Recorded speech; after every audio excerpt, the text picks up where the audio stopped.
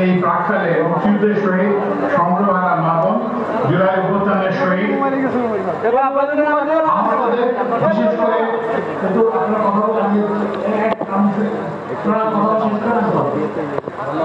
জুলাই অভ্যুত্থানের শহীদ বিশেষ করে সন্দীপের শহীদ সাইমন হোসেন মাইন ও মাহমুদুর রহমান সৈকতের আত্মদানকে গভীর শ্রদ্ধা করে স্মরণ করছি। আজকে আমাদের আমার জন্য একটি আনন্দের দিন। সন্দীপের যাতায়াত ও অন্যান্য সমস্যা নিয়ে দীর্ঘদিন দেখেছি, কল্পনা করেছি আল্লাহ যদি আমাকে কখনো সুযোগ দেন সমস্যাগুলো সমাধানের চেষ্টা করব। আমি ভাগ্যবান, আল্লাহ আমাকে সে সুযোগ দিয়েছেন। সমস্ত প্রশংসা কেবলমাত্র আল্লাহর জন্য। সন্দীপের জনগণের স্বতঃস্ফূর্ত সহায়তা ছাড়া এত অল্প সময়ে কোনোভাবেই এই প্রকল্প বাস্তবায়ন করা সম্ভব হতো না। সন্দীপের ঘাট মুক্ত করা, সরাসরি বিআরটিসির বাস চলাচল, বাঁশবাড়িয়া ও গুপ্তছড়া ফেরিঘাট নির্মাণ ও কপোতাক্ষ ফেরত চালের পরিপ্রেক্ষিতে আপনারা আমার ও আমার পরিবারের প্রতি যে ভালোবাসা দেখিয়েছেন, দোয়া করেছেন, আমরা আপনাদের সবার কাছে সেজন্য আন্তরিক কৃতজ্ঞতা জ্ঞাপন করছি। কিন্তু এই সমস্ত বিষয়ে আমার ভূমিকা বা কৃতিত্ব অতি সামান্য, তাই এখন প্রকৃত কৃতিত্বের দাবিদারদের সামনে আনতে চাই। গত বছর আগস্ট মাসে কাদামাটি পার হয়ে সন্দীপের মহিলাদের ঘাটে ওঠানামার একটি ক্লিপ আমি প্রধান উপদেষ্টার সাথে শেয়ার করি। তিনি বিস্মিত হয়ে বলেন, এটা হতে পারে না, ইউ মাস্ট সলভ, অর্থাৎ তিনি আমাকে নির্দেশ দিলেন যে এই সমস্যাটা সমাধান করতে হবে। লক্ষ্য করুন, ইউ মাস্ট মানে কোনো আমাদের জন্য কিন্তু কোনো সুযোগ রাখে নাই যে পারলে চেষ্টা করে এইসব না, সলভ করতেই হবে। তো আল্লাহর রহমত আমরা এটা এখন আজকে এই ফেরিঘাট আনুষ্ঠানিক উদ্বোধনের মাধ্যমে সেটা সম্ভব হলো। তাই এই প্রকল্পের মূল কৃতিত্ব প্রফেসর ইউনূস ও তার সরকারের। মনে রাখতে হবে মূল কাজটি শিপিং মন্ত্রণালয়। আমি কাজ যোগ দিয়ে শিপিং মন্ত্রণালয়ের সচিব মোস্তফা কামালকে ডেকে পাঠাই। সন্দীপের যাতায়াত সমস্যা সমাধানে তার সহায়তা চাই। এরপর উপদেষ্টা হয়ে আসেন ব্রিগেডিয়ার সাখাওয়াত ভাই। তিনি আমার পূর্ব পরিচিত, আমরা একসঙ্গে রোটারি করেছি। সন্দীপের ব্যাপারে আমার তদবিরে অতিষ্ঠ হয়ে তিনি ঠাট্টা করে বলেন, আপনি সন্দীপ থেকে এমপি হবেন না। আমিও পরিহাস করে জবাব দিই, আপনি মনোনয়ন দিলে এবং আমাকে বর্তমানে তিনটি মন্ত্রণালয়ের মন্ত্রী করা হলে বিবেচনা করতে পারে। সাখাওয়াত ভাই, এই অভিযানে আপনি সন্দীপের শিফা সালা। এরপর জমির কথায় আসি। প্রকল্পের জমি মূলত এসছে বন বিভাগ থেকে। আমি এই জন্য জনাপাকে ফোন করি, তিনি তাৎক্ষণিক সম্মতি দেন এবং মাঠ পর্যায়ে নির্দেশ দেন। আমি জানি যে এই ধরনের জমি পেতে হলে আন্তঃমন্ত্রণালয়ের সভা করতে হয়, মাসের পর মাস সময় লেগে যায়। রিজওয়ানা তার মন্ত্রণালয়ের জমি প্রয়োজনীয় জমি আমাকে দিয়েছেন, তবে তিনি অবশ্য দাবি ছাড়েন নাই। তিনি আমাকে বলেছেন, আমার বনের জমিটা নিলেন, আমাকে কি দেবেন? আমি ঠাট্টা করে বললাম, আপনাকে ইফতার করাবো। আপা কিন্তু নাছর বান্দা, আপনি আপনার বোনকে ইফতার করাবেন সেটা ভিন্ন কথা, কিন্তু আমাকে অন্যত্র ভেবে জমি দিতে হবে বনের জন্য। আপনার সহায়তা না পেলে কয়েক বছরও এই প্রকল্প বাস্তবায়ন সম্ভব হতো না। সন্দীপবাসী আপনার কাছে। ঢাকা মহাসড়ক থেকে বাঁশবাড়িয়া ফেরিঘাট পর্যন্ত এদিকে সঙ্গে সড়কটি দ্রুত প্রশস্ত করার নির্দেশ দিয়েছেন জুলাই অভ্যুত্থানের নেতা ও আমাদের তরুণ উপদেষ্টা আসিফ মাহমুদ সজীব ভূঁইয়া। তার আসার কথা ছিল, কিন্তু তিনি আসতে পারেননি, একটা কাজে একটি আর্থিক আছে। অবহেলিত জনপদের উন্নয়নে তার এই সুদৃষ্টির জন্য আন্তরিক ধন্যবাদ জানাচ্ছি। আমার আওতাধীন সড়ক পরিবহন ও মহাসড়ক বিভাগের কথা বলতে হয়। বাঁশবাড়িয়া গুপ্তছড়া প্রকল্পের সড়ক অংশ ঢাকা থেকে বিআরটিসি চালু করার কাজ তারা বাস্তবায়ন করেছে। মন্ত্রণালয়ের সচিব, সড়ক বিভাগের চিফ ইঞ্জিনিয়ার, বিআরটিসি চেয়ারম্যান সহ সবাই আন্তরিকভাবে সহায়তা করেছেন। আপনারা থাকবেন।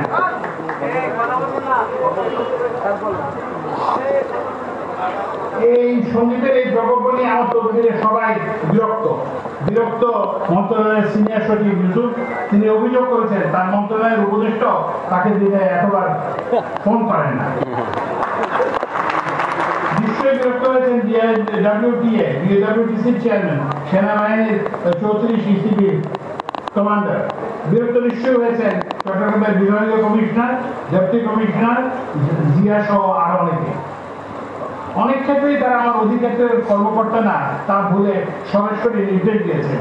এত সত্ত্বেও তারা আমার অনুরোধ রেখেছেন, এজন্য আমি তাদের কাছে ক্ষমা প্রার্থী ও কৃতজ্ঞ।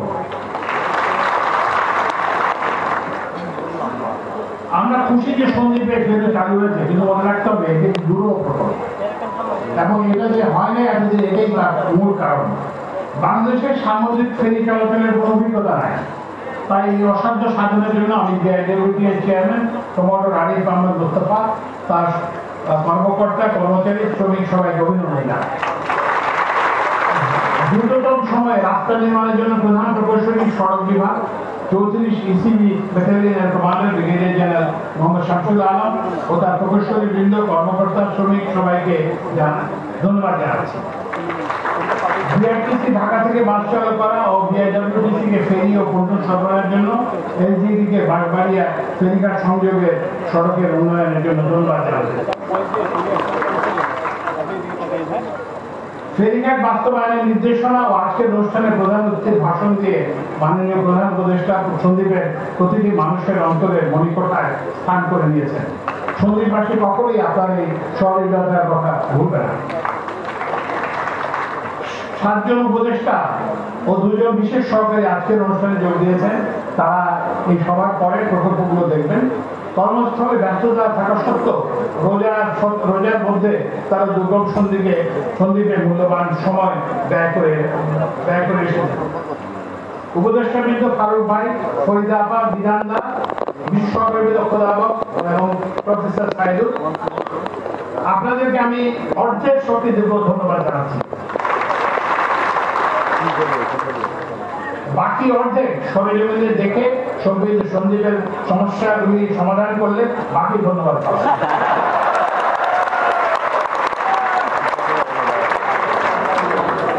সবশেষে আমি আশা করবো প্রকল্পটি আমার কিংবা কারো ব্যক্তিগত নয়, বরং অন্তর্বর্তীকালীন সরকারের সাফল্য ও সন্দীপের মানুষের অর্জন হিসেবে বিবেচিত হবে।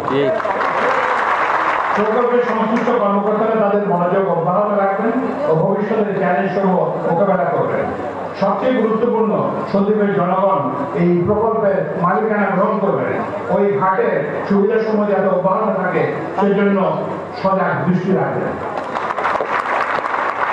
এই যে বিরাট যে আয়োজন, এই যে ঢাকা থেকে এসে চট্টগ্রাম বিমানবন্দর, তারপরে বারবাড়ি ঘাট, এই পেছনে একটা বিরাট আয়োজন হয়েছে এবং এই আয়োজনের জন্য আমি চট্টগ্রাম বিভাগীয় প্রশাসন, বিভাগীয় কমিশনার জিয়া, জেলা প্রশাসক ফরিদা, উপজেলা নির্বাহী অফিসার রিহান, সীতাকুণ্ড সন্দীপের উপজেলার প্রধান নির্বাহী বৃন্দ, আইন শৃঙ্খলা বাহিনী, কোস্ট গার্ড সহ সবাইকে ধন্যবাদ জানাই। সবশেষে আপনাদের কাছে আমার একটি প্রার্থনা, সেটা হচ্ছে আমাকে এবং আমার পরিবারকে আপনাদের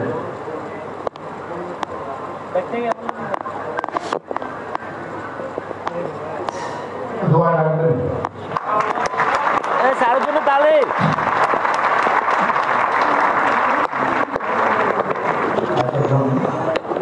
হাস্যরসের মাধ্যমে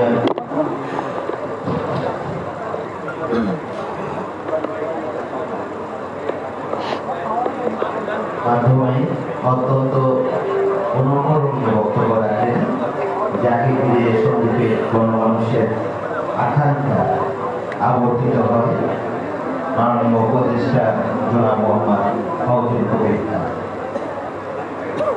সম্মানিত অতিথি, অনুষ্ঠানের এই পর্যায়ে জুলাই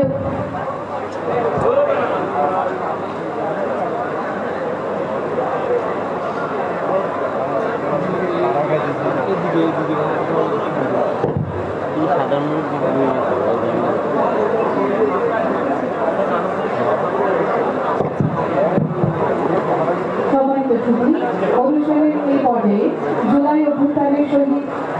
সন্তান শহীদ মাহমুদুর রহমান সৈকতের শ্রদ্ধেয় পিতা জনাব মাহবুবুর রহমান বশির এবং শহীদ মোহাম্মদ মাহিনের শ্রদ্ধেয় মাতা রহিমা বেগমের হাতে চেক প্রদান করবেন মুক্তিযোদ্ধা বিষয়ক মন্ত্রণালয় এবং দুর্যোগ ব্যবস্থাপনা ও ত্রাণ মন্ত্রণালয়ের মাননীয় উপদেষ্টা জনাব ফারুকী আজম বীর প্রতীক মহোদয়।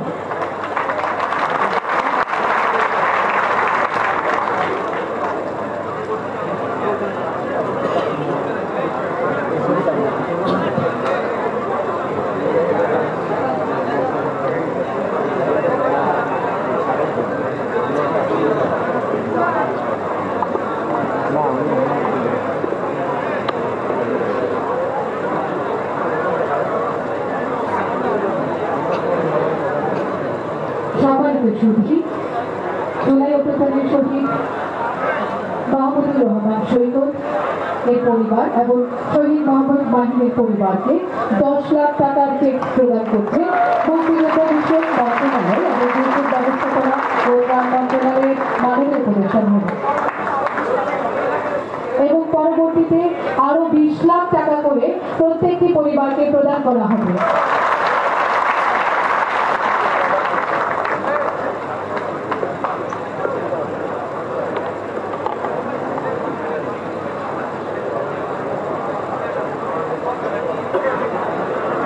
কৃতজ্ঞতা ও ধন্যবাদ জানাচ্ছি মুক্তিযোদ্ধা বিষয়ক মন্ত্রণালয় এবং দুর্যোগ ব্যবস্থাপনা ও ত্রাণ মন্ত্রণালয়ের মাননীয় উপদেষ্টা জনাব ফারুকী আজম বীর প্রতীক মহোদয়কে।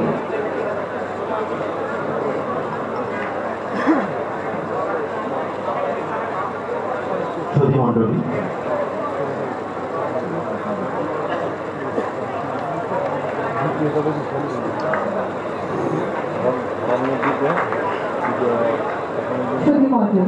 এই পর্যায়ে চেক গ্রহণ করছেন জুলাই অভ্যুত্থানের শহীদ সন্দীপের সন্তান শহীদ মাহমুদুর রহমান সৈকতের শ্রদ্ধেয় পিতা জনাব মাহমুদুর রহমান বশির।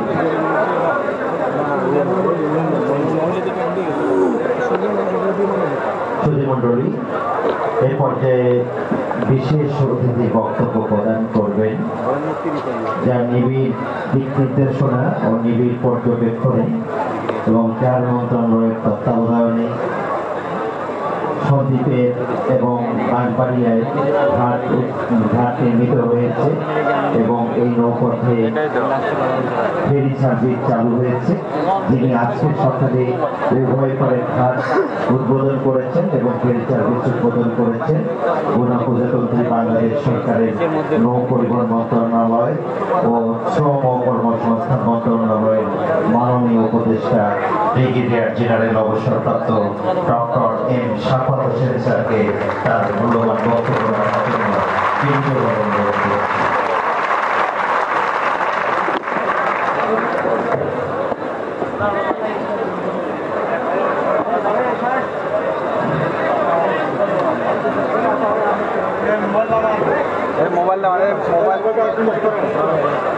মোবাইল যাদের মোবাইল তারা নিচে নামান।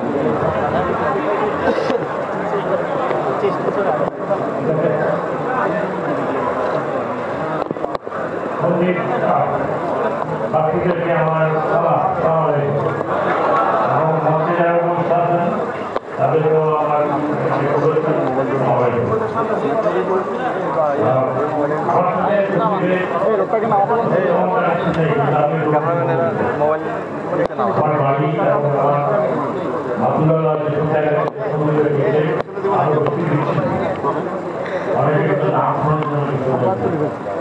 মাত্র কয়েক মাস আগে সেখানে একটু এরকম চরের মধ্যে যেটা তরুণের মধ্যে মানুষ লাগে সারা জীবন তারা কোনোদিন যোগাযোগ করতে পারেনি, তাদের বদলে একটি ঘাট করে দেওয়া হয়েছে। এখন হাতিয়ার থেকে লঞ্চ ট্রেনের নামে সেখান থেকে প্রতিদিন এখন সরাসরি যে কোনো জায়গায় যেতে হবে এবং আরো কয়েকটি জায়গা এসব জায়গাতে আমরা আরো কিছু ঘাট তৈরি করে দিচ্ছি। আমার কারণ আমার বাংলাদেশের মানুষের যোগাযোগ ব্যবস্থা। আমি মেট্রো রেলওয়ে বা হাওয়াই জাহাজে চলে আমার ধরে যদি এসে আপামর জনসাধারণ ঘাটের জন্য বা একটি ফেরির জন্য যোগাযোগ না রাখতে পারে। তাহলে আলোচনা আমাকে সামর্থ্য দিয়েছে এই সময় আমি কিন্তু তা করতে পারি এবং তারই প্রসেসে যখন ফজলুল কবির খান উপস্থিত নিজেই বলেছেন, যখন তিনি এই কাজটি হাতে নিলেন আমাকে বললেন অনেক বিষয়ে উনি বলেছেন, আমি চেষ্টা করেছি করার জন্য। প্রথমত এই ঘাটকে দখলমুক্ত করতে হয়েছে। দখলমুক্ত করতে গিয়ে উনি নিজেও নিশ্চয়ই জানেন, বহুবার আমি ওনাকে বলেছি যে এটাকে বন্দর ডিক্লেয়ার করতে হবে, আমাদের দখলমুক্ত করতে হবে এবং আপনাকে সাহায্য করতে হবে দখলমুক্ত করা এবং দখলমুক্ত করেছে। আর আপনারা জানেন আমি পূর্বতন সৈনিক মানুষ, আইন আদালত কম বুঝি, আমি কাজ করতে ভালো লাগে। আমি বলেছি হয় দখলমুক্ত করবে না হলে উৎখাত হবে, দুটো একটা এবং দখলমুক্ত হওয়াতে আমরা কাজটা করতে পারি। কাজটা অত্যন্ত দুরূহ এই কারণে এটা সমুদ্রে একদম সমুদ্র উপকূলে বলেছেন অলরেডি। আমরা চেষ্টা করছি যাতে সমুদ্র উপকূলীয় ফেরি সার্ভিস করা যায়, সেজন্য আমাদেরকে বাইরে থেকে আসতে হবে। এখন আমরা টেম্পোরারি দিয়েছি 2 মাসের জন্য, 2-3 মাস, এরপরে সম্ভব হবে এই পরিচালনা তখন আপনাদেরকে টেম্পোরারি মানে অস্থায়ীভাবে আপনাদেরকে আমরা ফ্রি ক্লাস দেবো। সেখানে আমাকে আরো গাড়ি আসতে পারবে না, কিন্তু লোকজন আমি আমার সামনে স্ক্রিপ্ট লেখা, আমি সাধারণত লেখা করি না, লেখা করলাম মনে যান্ত্রিক ভাবে কথা বলি। আমি আমার এইভাবে কথা বলি, আমি আমার হৃদয় থেকে আমি আপনাদের সামনে হৃদয় থেকে কথা বলছি, তো যান্ত্রিক ভাবে কথা বলতে আমি রাজি নই।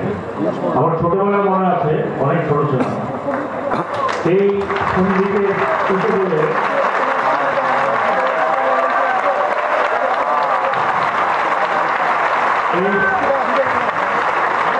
এই সন্ধিকে উঠে বলে একটি জাহাজ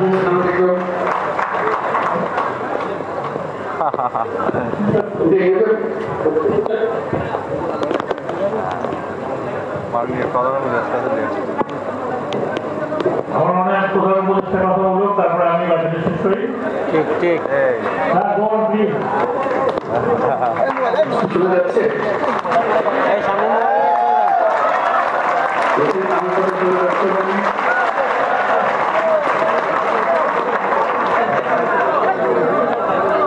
শোনা যাচ্ছে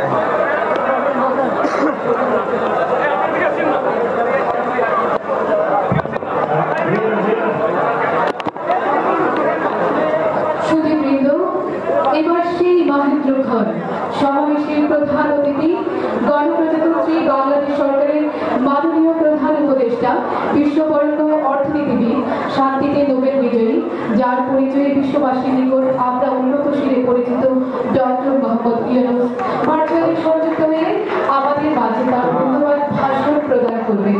সুধী মণ্ডলী, মাননীয় প্রধান উপদেষ্টা। আসসালামু আলাইকুম। কেমন আছেন সবাই? আমি তাও বুঝতে পারছি না, খুব খুশি হলাম যে আপনারা সবাই এখানে একত্র হয়েছেন।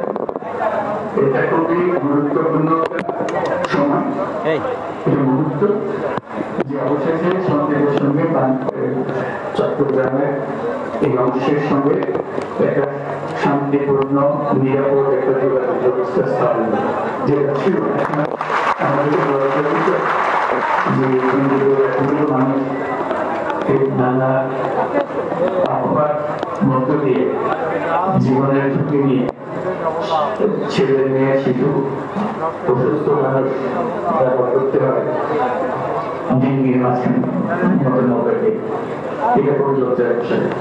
সেটা সুন্দর সুস্থ পরিবেশে করতে পারবে, এটা কেন আমরা দিন করতে পারলাম না সেটা বুঝে মনে আসে না। আজকে সবার প্রচেষ্টা, সহকর্মী যারা আছেন তাদের প্রচেষ্টা, উপদেষ্টা মন্ডলীর প্রচেষ্টা, বিশেষ করে প্রযোজ্য হবে তার নিজের উৎসাহ এবং আমাদের সুন্দর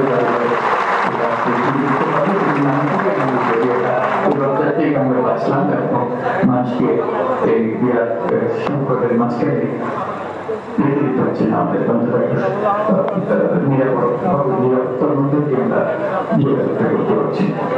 সেই হিসেবে আমি সবাইকে অভিনন্দন জানাচ্ছি যারা কাছে জড়িত আছেন, যারা আজকের অনুষ্ঠানের পরে ওখানে থাকবেন তাদের কাছে বিশেষ করে অভিনন্দন জানাচ্ছি। প্রধানমন্ত্রীভাবে তাদেরকে এই কাজটা করে যেতে হবে। আমি আজকে একটা বিশেষ কারণে একটা সবার সঙ্গে করতে হচ্ছে, আমি দুঃখিত যে আমি নিজে ব্যক্তিগতভাবে উপস্থিত থাকতে বললাম না।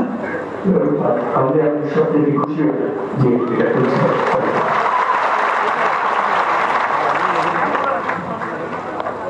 আমি আজ শুধু সঙ্গীত নয়, পুরো চট্টগ্রামবাসীর জন্য অত্যন্ত আনন্দের দিন। সঙ্গীতবাসীর দীর্ঘদিনের দাবি চট্টগ্রাম সঙ্গীতের মধ্যে সরাসরি পরিচালিত করা। স্বাধীনতার মাসে আপনাদেরকে এই সফলতা দিতে পেরে আমি অত্যন্ত আনন্দিত। আমি শুরুতেই গভীর শ্রদ্ধার সঙ্গে স্মরণ করছি মহান মুক্তিযুদ্ধের বীর শহীদদের, যাদের আত্মত্যাগের বিনিময়ে আমরা স্বাধীন সার্বভৌম বাংলাদেশ গঠন করতে পেরেছি। আমি শ্রদ্ধা জানাই প্রতিবাদের বিরুদ্ধে 24শে জুলাইয়ের ছাত্র শ্রমিক জনতার গণ অভ্যুত্থানে নিহত সকল শহীদ আহতদের প্রতি। তাদের আত্মত্যাগের কারণে আজ আমরা নতুন বাংলাদেশ নির্মাণের স্বপ্ন দেখছি। এইবার খুশি লাগছে না, আমি এখন স্ক্রিনে আপনাদের সবাইকে দেখতে পাচ্ছি। এখন কষ্ট লাগছে আমি বুঝতে পারছি এবং সবাই আমরা এইভাবে হাঁটতে পারছি। আমরা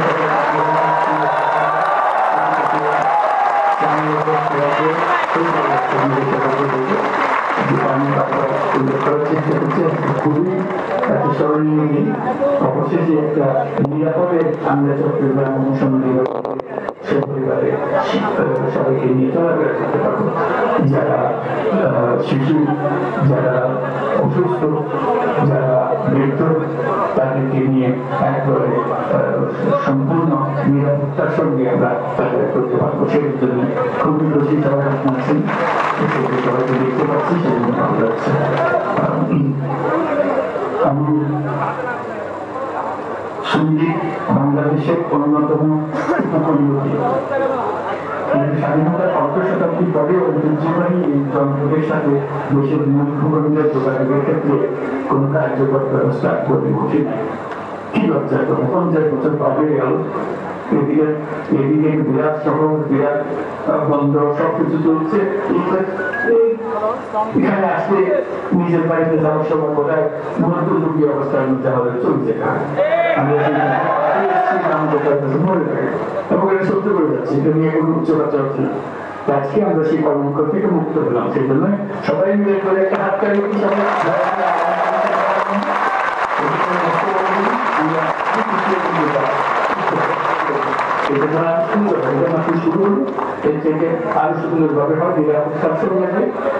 সঙ্গীত যাওয়ার কথা শুনলে মনে যেন হয় না যে কি বিপদের মধ্যে ঘুরতে যাচ্ছে, এরকম যেন ঠিক আছে।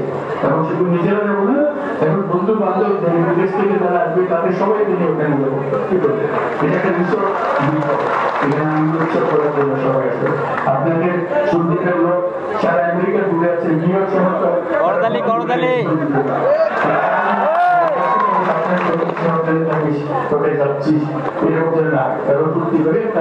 ওখানকার বন্ধু বান্ধবদের নিয়ে আসবে দেখাতে আমাদের বাড়ি কোথায়, দেশ কোথায়, এবং যে চট্টগ্রাম শহরে যা পাওয়া যায় না সঙ্গীতের কাছে বেশি পাওয়া যায়। কারণ আপনাদের সেই সুযোগ আছে, আপনারা যে পরিমাণ এভিডেন্স পাবেন সেই এভিডেন্স ক্ষুদ্র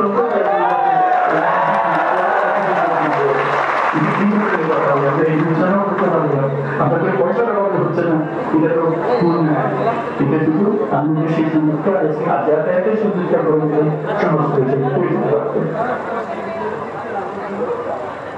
দ্বীপের মানুষের জীবনযাত্রা অনেক কঠিন, সেটি বলছেন অনেক জড়তা মোকাবেলা করে আপনাদের টিকে থাকতে হয়। আমি এলাকারই মানুষ, আপনাদের জীবনে আমি খুব কাছ থেকে দেখেছি।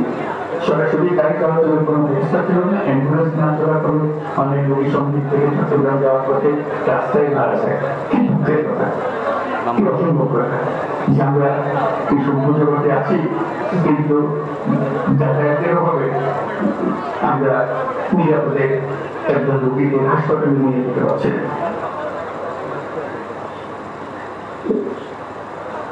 সন্দেহকে নবন্দর ঘোষণা কর্মীরা মুক্ত করা, ঘাট উন্মুক্ত করা, ঢাকা কর্মীরা বাস চালু করা, ফেরিঘাট এলাকা সংযোগ সড়ক নির্মাণ এবং নৌপথ নিয়মিত ড্রেজিংয়ের উদ্যোগ নেওয়া হচ্ছে। এই ছোট ছোট উদ্যোগগুলো সন্দেহবাসীর দীর্ঘদিনের ভোগান্তি কমিয়ে আনবে, এটি আমরা আশা করব। সুন্দরীদের প্রবাসী রেমিটেন্স পাঠিয়ে দেশের অর্থনীতিকে শক্তিশালী করতে বিশাল ভূমিকা রয়েছে। আমি আপনাদের প্রত্যেকে নিজ নিজ উপজেলা উন্নয়নে কাজ করার আহ্বান জানাচ্ছি। আজকের এই মাইক্রো অর্জনের জন্য সংশ্লিষ্ট সকলকে আন্তরিক ধন্যবাদ জানাই। 50 বছরও যে কাজ হয়নি, আজকে সেদিন খুব কম সময়ে সম্পন্ন করেছেন তারা। ফেরি চলাচল নির্বিঘ্ন রাখতে প্রয়োজনীয় সবকিছু আপনারা করবেন বলে আশা রাখি। এইভাবে ভারসাম্যপূর্ণ উন্নয়নের মাধ্যমে সম্মিলিতভাবে বাংলাদেশ এগিয়ে যাবে এবং সন্দীপ এই অগ্রযাত্রায় নেতৃত্ব দেবে, সেটাই হলো কথা। আপনারা নেতৃত্ব দেবেন, সারা বাংলাদেশের জন্য নেতৃত্ব দেবেন, কারণ আপনাদের তো বুদ্ধির অভাব নেই, আপনাদের প্রযুক্তির অভাব নেই, আপনাদের টাকার অভাব নেই, কিসের জন্য আপনারা চিন্তা করেন। তাই আপনারা নেতৃত্ব দেবেন, সেটাই আশা করছি। সেটাই তার উন্মোচন হলো। আপনাদের সবাইকে আমার শুভেচ্ছা জানাচ্ছি, সালাম জানাচ্ছি এবং ঈদ মোবারক জানিয়ে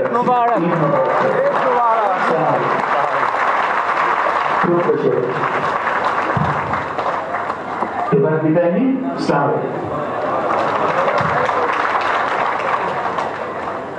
ধন্যবাদ। গণপ্রজাতন্ত্রী বাংলাদেশ সরকারের মাননীয় প্রধান উপদেষ্টা ডক্টর মোহাম্মদ ইউনূস স্যারকে। আমি শেষ করছি, কারণ প্রধান উপদেষ্টার বক্তব্যের পরে আর কোনো বক্তব্য হয় না। একটি কথা বলবো, আমি ধন্যবাদ জানাচ্ছি চেয়ারম্যানকে, যে অক্লান্ত পরিশ্রম করেছেন করে এই ঘাট থেকে অবিশ্বাস্যভাবে তারা আমাকে প্রতিদিনই বলতেন এটা সম্ভব না, এটা সম্ভব না, আমরা চেষ্টা করছি। একই সাথে আর্মি যারা রাস্তাটি তৈরি করে দিয়েছে, পোস্টার যারা প্রতিনিয়ত সহযোগিতা করেছে। আমি আমার বক্তব্য শেষ করে দিচ্ছি। আপনাদেরকে সবাইকে শুভেচ্ছা জানাচ্ছি। একটি কথা বলে যে এই ঘাটটি মেনটেন করার দায়িত্ব বিআরডব্লিউটিএ এবং বিআরডব্লিউটিসি তারা যাতে করতে পারে সেই জন্য যা যা করার প্রয়োজন আমি করবো ইনশাআল্লাহ। আর চেক করবো, যেহেতু হয়তো আবার আপনার সাথে দেখা হবে। আমি এই অঞ্চলের লোক, কোনদিকেও মোবাইল এসেছি। আমি শেষ করবো একটি অনুরোধ নিয়ে। বিআরডব্লিউটিএ চেয়ারম্যানকে অনুরোধ জানাচ্ছি যে এই অঞ্চলে বা এই সন্দ্বীপে আমাদের বিপ্লব সময় দুজন তরুণ মারা গিয়েছে।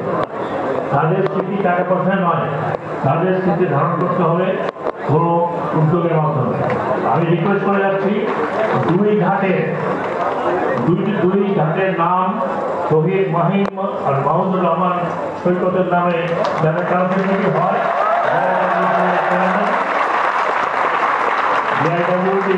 চেয়ারম্যান মহোদয় এই কাজটি গ্রহণ করবেন। আর আপনারা যদি সম্মতি দেন তাহলে আমি এই নাম দুটো প্রকাশ করে যাচ্ছি। থ্যাংক ইউ, অনেক ধন্যবাদ।